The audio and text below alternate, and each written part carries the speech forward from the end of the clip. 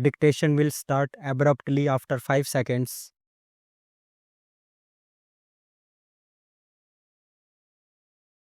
The learned counsel appearing for the appellant vehemently submitted that the High Court committed a gross error in passing the impugned judgment.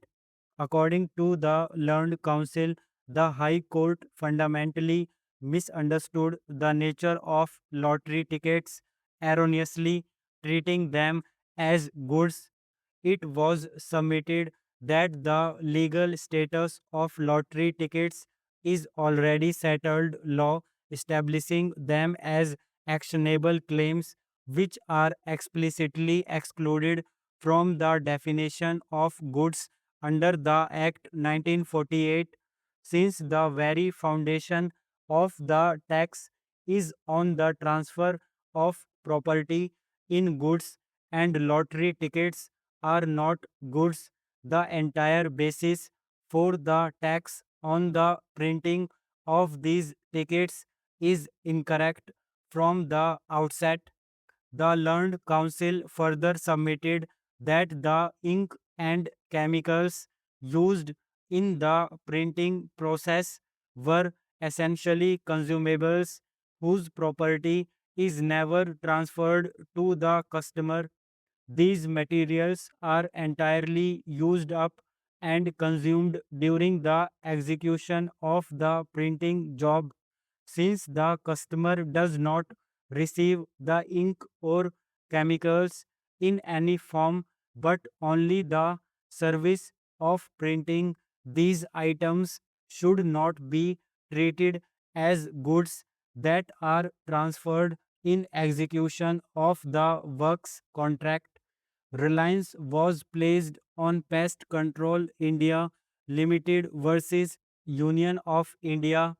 In such circumstances referred to above, the learned counsel prayed that there being merit in his appeals, the same may be allowed and the impugned judgment passed by the High Court be set aside.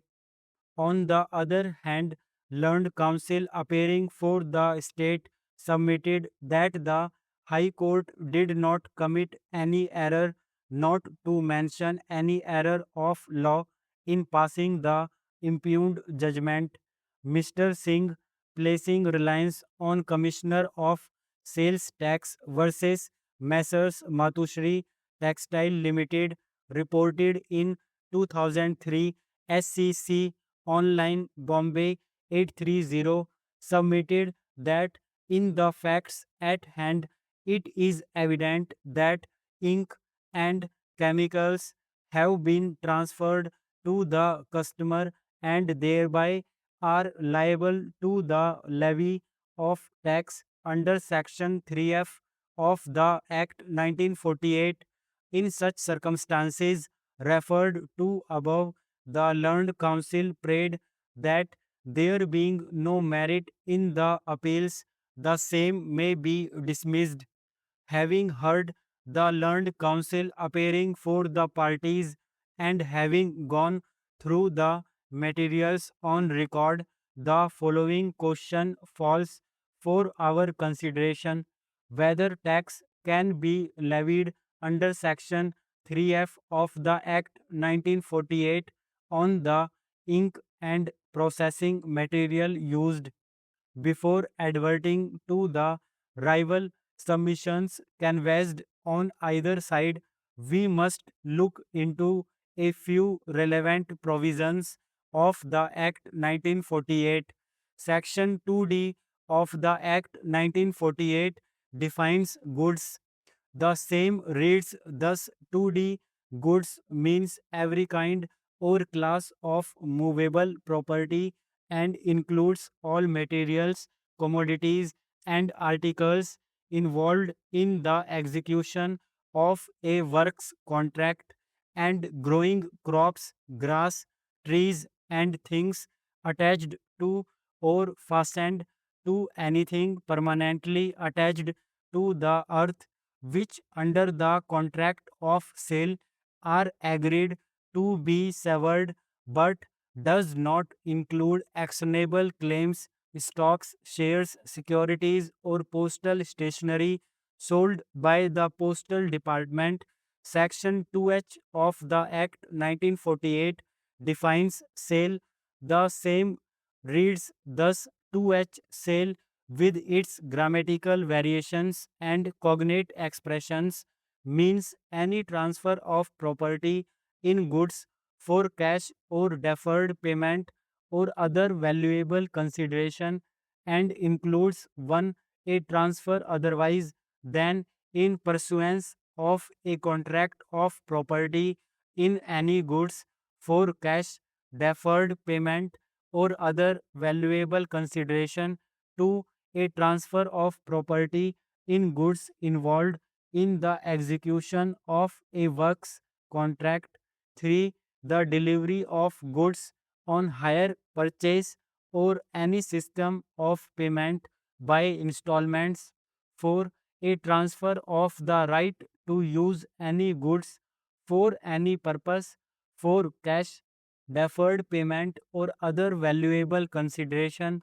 5. The supply of goods by any unincorporated association or body of persons to a member thereof for cash, deferred payment, or other valuable consideration. And 6. The supply by way of or as part of any service or in any other manner whatsoever of goods, being food or any other article for human consumption, or any drink where such supply or service is for cash or deferred payment or other valuable consideration. Explanation 1. A sale or purchase shall be deemed to have taken place in the state 1 in a case falling under subclause 2nd if the goods are in the state at the time of transfer of property in such goods involved in the execution of the works contract, notwithstanding that the agreement for the works contract has been wholly or in part entered into outside the state. 2.